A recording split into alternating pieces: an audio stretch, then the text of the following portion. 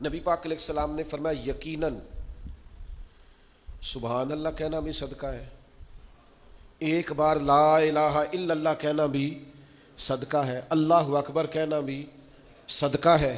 نبی کریم صلی اللہ تعالیٰ علیہ وسلم فرمانے لگے الحمدللہ کہنا بھی صدقہ ہے، نیکی کا حکم دینا بھی صدقہ ہے، برائی سے روکنا بھی، اور فرمایا اپنی بیوی سے مباشرت کرنا بھی صدقہ ہے۔ آپ دیکھیے کس طرح صدقات میں لپیٹ کے محبوب نے کیا بات ارشاد فرما دی، صحیح مسلم میں موجود۔ سبحان اللہ کہنا بھی صدقہ، الحمدللہ کہنا بھی صدقہ، اللہ اکبر کہنا بھی صدقہ، لا الہ الا اللہ کہنا بھی صدقہ، نیکی کا حکم دینا بھی صدقہ، برائی سے منع کرنا بھی، اور خاوند کا بیوی سے ملنا بھی صدقہ۔ اب پچھلی ساری باتیں تو قبول تھی، لیکن یہاں آ کے صحابی نے سوال کیا یا رسول اللہ انسان اپنے نفس کی خواہش پوری کر رہا اور صدقے کا سوال؟ حضور فرمانے لگے یہی خواہش اگر بری جگہ پہ جا کے پوری کرتا تو گناہ ہونا تھا کہ نہیں؟ کہ یا رسول اللہ ہونا تھا، تو فرمایا میرے رب نے کرم فرمایا ہے، اسی کو صحیح جگہ جا کے پوری کرے گا تو اللہ صدقے کا ثواب عطا فرما دے گا۔ کیا ذہن سازی ہے، کیا فکر ہے، کیا توانائی، اور کس طرح رسول پاک گناہ سے نکال کر نیکی کے رستے پر مائل کرتے۔ فرمایا تو اس کی طرف متوجہ ہو، وہ تیری طرف متوجہ ہو۔ عمر کے جتنے بھی حصے گویا گزر گئے ہیں، یہ ملاقات ایک صدقہ ہے، کیونکہ مالک نے اس رشتے کو جائز قرار دیا۔ یہ تمہارے لیے تمہاری کھیتیاں ہیں۔ ہمارا کیا انداز ہوتا ہے، ہم شریعت اسلامیہ کا وہ والا عنوان سے بیان کرتے ہیں جو ایک خاص عنوان سے مبنی ہوتا ہے۔ او بھائی محرم شریف میں شہادت کے علاوہ بھی کچھ بیان ہو جائے تو ٹھیک ہی ہے، اور سفر میں عرس اولیاء کے علاوہ بھی کچھ بیان ہو جائے تو ٹھیک ہے، اور ربیع الاول میں اگر حضور کی سیرت بھی بیان ہو جائے تو پھر بھی، لیکن وہ ہر مہینے کے ہمارے موضوع پکے ہیں، اس سے ادھر ادھر ہونا۔ حضرت عبداللہ ابن عباس فرماتے تھے جو دنیا میں ہنس ہنس کے گناہ کرتے ہیں نا، ہنس ہنس کے جھوٹ ہنس ہنس کے بولتے، ہنس ہنس کے لوگوں کی غیبت کرتے، فرمایا یہ جو تمہیں ہنس ہنس کے گناہ کرتے نظر آتے ہیں، ان کا رونا قیامت میں دیکھا نہیں جائے، ان کے آنسو قیامت میں دیکھے نہیں گئے۔ جو ہنس ہنس کے گناہ کرتے پھر روئیں گے، فَلْيَضْحَكُوا قَلِيلًا وَلْيَبْكُوا كَثِيرًا۔ رب فرماتا ہے زیادہ رویا کرو، کم ہنسا کرو۔ نبی پاک علیہ السلام روتے تو صحابہ کہتے حضور آپ اتنا کیوں روتے ہیں؟ تو محبوب فرماتے جو میں جانتا ہوں وہ تم نہیں جانتے۔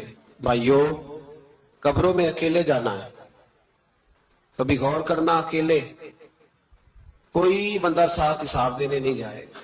اماں بڑا پیار کرتی ہے، لیکن قبر میں کبھی کوئی ماں بھی ساتھ دفن نہیں ہوتی۔ اپنا اپنا حساب دینا، مشکل وقت ہے، حساب کر لینا چاہیے، تیاری کر کے رکھنی چاہیے۔ گناہ اگر یہاں ہماری زندگی کو تنگ کریں گے تو وہاں بھی ہمارے لیے مشکلات پیدا کریں۔ نبی کریم علیہ السلام نے فرمایا ہے کہ اللہ بڑا مہربان ہے، اللہ بڑا کریم ہے، اللہ بڑا ستار ہے، اور یاد رکھو جب کوئی اس کی ریٹ کو چیلنج کرے، جب کوئی اس کے قانون کو توڑے، جب کوئی اللہ کی اعلانیہ نافرمانی کرے، پھر رب کریم کی غیرت کو، اس کے عدل کو جوش آتا ہے، توبہ کرے سچی، مسجد کی حاضری دے پابندی کے ساتھ۔ میری آپ سے ہمیشہ یہ گزارش رہتی ہے کہ مسجد کی حاضری پابندی سے دے۔ میں اپیل کرتا ہوں داڑھی رکھ لیں، یہ میرے نبی کا طریقہ ہے صلی اللہ تعالی علیہ۔ واپس آ گئے، ہماری بقا نہ ہمارے دین میں، کوئی نہیں ہمیں رکھے گا، کوئی نہیں رکھے گا۔ نبی پاک علیہ السلام کے ایک صحابی آئے اور ان کا سر پھٹا ہوا تھا، خون بہ رہا تھا۔ سرکار نے فرمایا کیا ہوا؟ عرض کی حضور ایک عورت جا رہی تھی، میری نظر پڑی، ابھی نظر پڑی ہے کہ میرے آگے ستون آ گیا تو میرے سر پہ لگ گیا۔ نبی پاک صلی اللہ علیہ وسلم نے فرمایا تیرے لیے خوشخبری ہے، اگر دنیا میں تیری غلطی کی تجھے سزا ملی ہے تو پھر رب تجھے قیامت میں سزا نہیں دے گا۔ پھر اللہ قیامت میں سزا، بعض گناہ ایسے ہیں جن کی یہاں بھی سزا ملے گی اور وہاں بھی ملے، لیکن میرے بھائی پہلی بات یہ ہے کہ اللہ تعالیٰ اس غلطی کی یہی سزا دے لے، اور دعا فرمائے اللہ تبارک و تعالیٰ یہاں بھی معافی عطا فرمائے، وہاں بھی معافی عطا فرمائے، اللہ درگزر بھی فرمائے۔ لیکن میرے بھائی ایک تو یہ سزا، ایک سزا یہ ہوتی ہے کہ انسان جب گناہ کرنے لگتا ہے تو اللہ نعمتوں کے دروازے کھولتا ہے، مہلت دیتا ہے،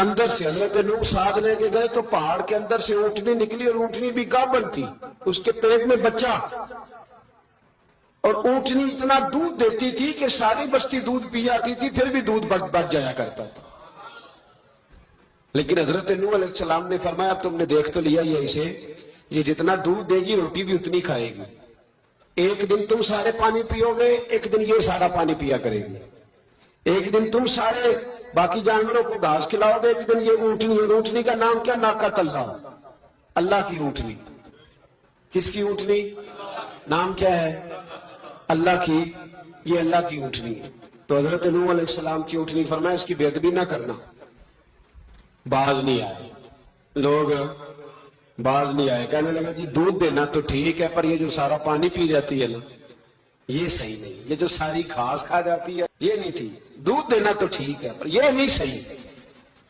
آپ نے فرمایا اسے کچھ نہ کہنا، اللہ کی اونٹنی ہے۔ میں کہا کرتا ہوں ان لوگوں نے ناقۃ اللہ کی بے ادبی کی، حضرت نوح علیہ السلام کی اونٹنی کی ٹانگیں کاٹ دی، صالح علیہ السلام کی۔ اور دیکھو اللہ بڑا بے نیاز ہے، اگر پیدا کرنا جانتا ہے تو حفاظت کرنی نہیں جانتا، لیکن رب کریم نے فرمایا نہ کرنا۔ انہوں نے ان کے پیر کاٹ دیے، کانوں پہ چھریاں لگائیں۔ اونٹنی جب مر گئی، اونٹنی اللہ تبارک و تعالیٰ کی وہ اونٹنی جب مر گئی تو حضرت صالح علیہ السلام کی قوم پر رب کریم نے زلزلہ بھیجا، اذا زلزلت الارض زلزالہا، جب زلزلے آئیں گے اور جب ان کا زلزلہ آنا ٹھہر، زلزلہ آتا ہے نا کیا کرتی ہے قوم؟ لا الہ الا اللہ، لا الہ الا اللہ، کلمے جاری ہو جاتے ہیں۔ بلکہ ایک دفعہ ایسا بھی ہوا کہ مسجدوں میں اعلان ہونے لگے زلزلہ آ رہا ہے، جو فجر کے لیے نہیں اٹھے زلزلے کے لیے وہ بھی اٹھ گئے، جن کا دعویٰ ہے نا میری سویرے آنکھ نہیں کھلتی، ان کی لگی نہیں کتنے گھنٹے، بعد میں بھی نہیں لگی، ٹی وی پہ اعلان ہوتے رہے کوئی نہیں آ رہا سو جاؤ چپ کر کے، لیکن آنکھ لگی۔ موت سے تو ڈرتا ہے، اللہ سے ڈرتا ہی نہیں، موت کا خوف ہے رب کا نہیں۔ زلزلہ آیا ساری قوم تباہ ہو گئی۔ بتاؤ اگر ناقۃ اللہ کی گستاخی ہو تو اللہ ناراض ہو جاتا ہے، اور اگر اولیاء اللہ کی ہو، اگر اولیاء اللہ کی ہو تو رب ناراض نہیں ہوتا۔ شرم نہیں آتی لوگوں کو داتا صاحب کی بے ادبی کرتے، شرم نہیں آتی لوگوں کو غوث اعظم کی گستاخی کرتے، حیا نہیں آتی جنہوں نے دین پھیلایا ان کی بے ادبی۔ میں درد سے کہتا ہوں، رو کے کہتا ہوں، اور اگر کلیجہ پھٹ سکے تو میں دکھاؤں زخم کتنے۔ ایک حج کے موقع پر ایک بابا جی، اس سال 4,80,000 روپے کا پرائیویٹ حج تھا، اور بابا جی کی کیفیت کمزور تھی، بیچارے بیمار تھے، اس کے باوجود وہ گئے۔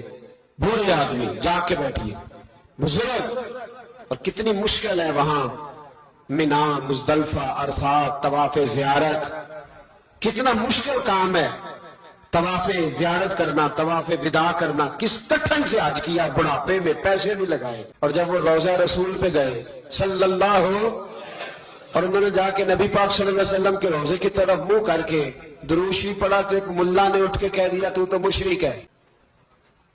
تو میری روح کانپی، میں نے کہا تجھے شرم نہیں آئی، حیا نہیں آئی؟ اس کی عمر دیکھ، کس بڑھاپے میں کہاں سے چلا، کہاں آیا۔ یہ مشرک ہوتا تو کسی مندر میں جاتا، یہ مشرک ہوتا تو کسی گرجے میں جاتا، یہ مشرک نہیں، یہ مومن ہے، اور یہ وہ والا مومن ہے جس کے سینے میں دل جب دھڑکتا ہے تو خالی دھڑکتا نہیں، ساتھ وہ محمد عربی پہ درود و سلام بھی پڑھتا ہے۔ شرم نہیں آتی لوگوں کو، اتنی بڑی گستاخی کرتے ہیں۔ یہ روضہ رسول پہ آیا مشرک ہے۔ میں نے جو مولوی کو صاف صاف کہا تھا، میں نے کہا اگر میں مشرک ہوں تو نکالو، مشرک کا داخلہ تو یہاں ویسے ہی منع ہے۔ شرم نہیں آتی؟ اپنی زبان کا ہی پاس کرو کچھ۔ اتنا ظلم، اتنی بڑی فرقہ واریت امت میں، اتنا امت کو تقسیم کرتے ہو، تمہیں شرم نہیں آتی؟ جہاں سے اتحاد کا پیغام دینا چاہیے وہاں سے تم لوگوں کو فرقے کا پیغام دیتے ہو، ایک مقصود فرقے کی تبلیغ کرتے ہو۔ خدا را، تو میں کہہ رہا ہوں ناقۃ اللہ کی بے ادبی پہ عذاب آتا ہے، تو اولیاء اللہ کی بے ادبی میں نہیں آتا۔ داتا صاحب سارے ان کی تبلیغ کرتے رہے، ایک آدمی نے اٹھ کے کہہ دیا جناب وہ تو شرک کا اڈا ہے، تو رب کریم ناراض نہیں ہوتا ان باتوں سے؟ ہمیں خیال کرنا چاہیے، اللہ سے ڈرنا چاہیے۔ ان چیزوں سے عذاب آتا ہے اور آ رہا ہے، اللہ تعالی ہمیں محفوظ فرمائے۔ اللہ ہمیں اس سے، قوم لوط پہ بھی عذاب آیا، ہم جنس پرستی، مرد مردوں سے بدکاری کرتے ہیں، حضرت نوح نے سمجھایا کہ یہ کام درست فطرت کے خلاف ہے، یہ کام درست نہیں۔ جب انسان یہ کام کرتا ہے تو زمین اور آسمان کانپتے ہیں۔ اب میں کیسے کھول کے بتاؤں، میرے پاس اعداد و شمار ہیں کہ پاکستان کے اندر اس کام کی کیفیت کیا ہے اور کس طرح کر کے لوگ، میں تو رونا روتا رہتا ہوں داڑھی کا۔ لوگ کئی دفعہ کہتے ہیں حضرت صاحب پہلے بھی آئے تھے تو داڑھی کی بات، پھر بھی آئے تو داڑھی کی بات، تو میں رونا روتا ہوں۔ اس لیے روتا ہوں کہ جو کلین شیو نوجوان ہوتا ہے وہ امرد کے حکم میں ہے، اس پر وہی حکم لگتا ہے جو عورت پہ لگتا ہے۔ اس کے ساتھ مرد کا اٹھنا بیٹھنا اسی طرح نہ جائے گا جس طرح عورت کے ساتھ۔ حضرت جنید بغدادی رحمت اللہ تعالیٰ علیہ کے سامنے ایک شخص نے کہا وہ کتنا خوبصورت نوجوان جا رہا ہے، تو آپ فرمانے لگے تو حافظ قرآن نہیں؟ کہا ہاں۔ فرمانے لگے جا اپنے حفظ کی خیر بنا۔ وہ شخص کہتے ہیں میں نے اس بغیر داڑھی والے کلین شیو نوجوان کو بری نظر سے دیکھا، مجھے قرآن پاک ہی بھول گیا، سارا قرآن پاک بھول گیا۔ اور کتنے سال میں دعائیں کرتا رہا، بیت اللہ کے طواف کرتا رہا، میں یاد بھی کرتا تو نہیں ہوتا۔ کیسے اب تو ہمارا نعت کہاں بیوٹی پارلر سے ہو کے آتا ہے، ہم کسی اور کو کیا پیغام، وہ پیغام، وہ نظام، وہ طریقہ کار جس کا حکم تھا شریعت میں۔ قوم لوط پر عذاب آیا، صحیح بیٹھتے ہوں گے بچے جو موٹر سائیکلوں پہ بیٹھتے ہیں۔ میں نے گجرانوالہ کی سڑکوں پہ بچوں کو، نوجوانوں کو جو تماشے کرتے سرے عام دیکھا ہے تو مجھے ڈر لگتا ہے، اور کوئی روکنے والا نہیں، شغل ہو رہا ہے، ہنس رہے ہیں، اور سامنے عورتیں بھی ہے، سب ہو رہا ہے۔ کتنی تکلیف کی بات۔ حضرت نوح کی قوم یہ کام کرتی تھی، قرآن پاک نے بیان کیا ہے۔ حضرت نوح نے سمجھایا، فرمایا رب کریم نے تمہیں اپنی خواہش پوری کرنے کے لیے جائز طریقہ عطا فرمایا، عورتوں سے نکاح کرو، اور اس نکاح کی برکت سے جو اللہ تمہیں اولاد دے گا اس کو اللہ تبارک و تعالیٰ تمہارے لیے باعث بخشش بھی فرمائے گا۔ لیکن جب قوم نہ مانی تو جو قوم میں لوط کا عمل کرے اس کا علاج قرآن نے بیان فرمایا کہ آسمان سے پتھر برسیں گے، پھر پتھر برسے، اور جن کے بڑے بڑے اچھے دماغ تھے ان کے دماغ چکنا چور کر دیے گئے، تباہ کر دیے گئے، ان کے دماغ زمین پر بچھاڑ دیا گیا۔ اللہ مہلت دیتا ہے، لیکن اس کا مطلب یہ نہیں کہ انسان توبہ ہی نہ کرے۔ حضرت شعیب علیہ السلام کی قوم پر بھی عذاب آیا، اس لیے کہ بددیانتی کرتی، ناپ تول میں کمی کرتی تھی۔ میں نے کہا تھا شب قدر کی رات کہ یہ کوئی تماشا ہے کہ شب رات آئی تو ساری رات روتے رہے، یا اللہ معاف کر دے، یا اللہ معاف کر دے، رو رو کے چیخے مار مار روئے۔ شب قدر آئی تو پھر چیخے ماری، ساری رات روئے۔ تو جس بندے کا پروگرام ہی نہیں سویرے بدلنے کا، دکان پہ بیٹھ کے پھر وہی ناپ تول میں کمی، پھر وہ اللہ تعالیٰ معاف کرے۔ میں ایک مضمون پڑھ رہا تھا تو وہ فوڈ کے اسپیشل ڈاکٹر میں لکھا تھا مہربانی کرو ملاوٹ ہی اچھی چیز کی کر لو، مرچ میں کیری تو نہ ملاؤ اینٹوں کی، وہ تو بیمار کرتی ہے، وہ تو خون کی آنتوں کو روک دیتی ہے۔ وہ کہنے لگا، اور اس کو کہتا ہے میں تمہیں بتاتا ہوں کون کون سی چیز ملائی جا سکتی ہے، وہ ملا لو۔ خدا را اس قوم پہ رحم کرو، مہربانی۔ ایک دوست ہے ہمارے، میں وزیر آباد میں ان کے گھر بیٹھا تھا تو ایک میڈیکل، میرا کسی شخص پہ اعتراض کرنے کا میں مجموعی بات کرتا ہوں۔ میں ایسے ڈاکٹروں کو جانتا ہوں جو اللہ تعالیٰ فضل کرے سچ مچ کے نیک ہیں، اچھے لوگ۔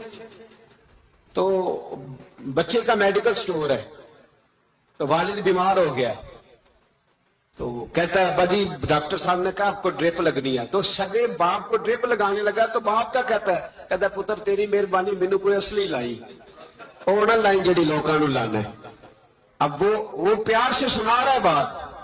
میں نے اسے کہا کہ یہ تو ڈوب مرنے کا مقام ہے نا، ڈوب مرنے کا مقام، کہ جس ملک کے اندر دوائی بھی صحیح نہ بکے، اصلی نہ ملے دوائی بھی، اور پھر وہ قوم کہے کہ ہم نے تو پورے روزے رکھے، ہم نے تو بڑا صدقہ اور خیرات کیا، دوائی بھی اصل نہ ملے۔ جناب شعیب علیہ السلام کی قوم ناپ تول میں کمی کرتی تھی، تو اللہ تبارک و تعالیٰ نے ان پر بتا عذاب کس طرح کا بھیجا، شدید گرمی ہوئی۔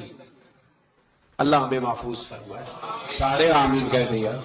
دیکھیں کتنا اچھا موسم کر دیا رب کریم، اللہ ہمیں محفوظ فرمائے، اللہ رحمت فرمائے۔ شدید گرمی کی لہر آئی، باہر اتنی گرمی ہوئی کہ لوگ اپنے گھروں میں گھس گئے، جس طرح سورج کی شعاعیں گھروں کے اندر داخل ہو جاتی اس طرح گرمی کی لہر اندر داخل ہوئی۔ اور جس طرح کسی کو آگ لگ جائے تو وہ آدمی اچھلتا کودتا ہے نا، اس طرح یہ لوگ اچھلنے لگے اور اچھل کود کے مر گئے. جرم کیا تھا؟ ناپ تول میں کمی کرتے. حضرت داؤد کی قوم بھی تباہ ہوئی. جرم کیا تھا؟ ہفتے والے دن مچھلیاں نہیں پکڑنی تو یہ پکڑتے تھے. حکم ہے نا مسلمان کو نماز کے ٹائم کوئی اور کام نہیں کرنا، نماز پڑھنی ہے. میرا خیال ہے مسلمان تو فٹافٹ آ جاتے ہیں، سارے ہی پہنچ جاتے ہیں نا مسجدوں میں. ہلکا ہلکا بول رہے ہیں آپ، کیوں نہیں پہنچتے؟ اگر حضرت سیدنا، اور پتہ انہیں سزا کیا ملی؟ اللہ نے فرمایا اس ٹائم عبادت کرنے میں کام نہیں کرنا، وقت نہیں ہے کام کا. انہوں نے مچھلیاں پکڑی، 12,000 لوگ تھے.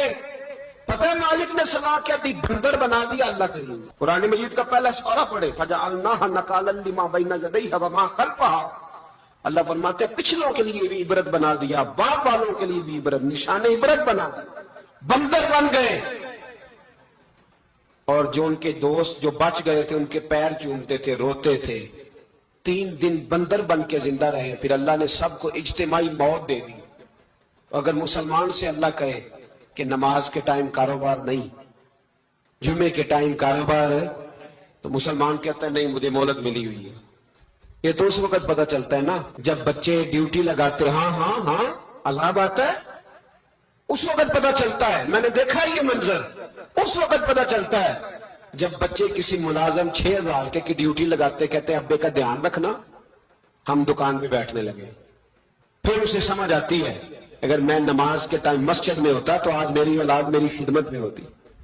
میں نماز کے ٹائم مسجد نہیں گیا تو بچوں نے 6,000 کا ملازم اٹھایا ہے. ابا جی کا خیال رکھ، ایک نرس بلائی ہے، تو خیال رکھ. کدھر ہوتے ہیں مسلمان نماز کے ٹائم؟ ایک عیسائی نے اعتراض کیا ہے، سنیں. وہ کہتا ہے مجھے لگتا ہے مسلمانوں کے 3 خدا ہیں. مسلمان اڑ گیا، کہنے لگا نہیں ہمارا تو ایک ہے. کہا نہیں 3 ہے. معاذ اللہ استغفر اللہ، ہمارا ایک ہے. کہنے لگا نہیں میں ثابت کرتا ہوں، ایک تمہارا خدا 5 نمازوں کا ہے، ایک رمضان کا ہے، ایک عید کا ہے. لگتا ہے معاذ اللہ عید والا زیادہ تگڑا ہے، تم زیادہ آتے ہو. رمضان والا لگتا ہے اس سے کچھ کمزور ہے، تم تھوڑے آتے ہو. اور 5 نمازوں والا شاید سب سے کمزور ہے. بات عقل کی ہے کہ نہیں؟ اس نے اعتراض ٹھیک کیا. تو مسلمان کو چاہیے نا خیال کرے. ایک یہودی نے لکھا تھا، اس نے کہا تھا جس دن مسلمانوں کی تعداد فجر کی نماز میں اتنی ہو گئی جس دن جتنی جمعے میں ہوتی ہے، اس دن نہ کوئی یہودی سازش کرے گا نہ کوئی عیسائی تلوار نکالے گا.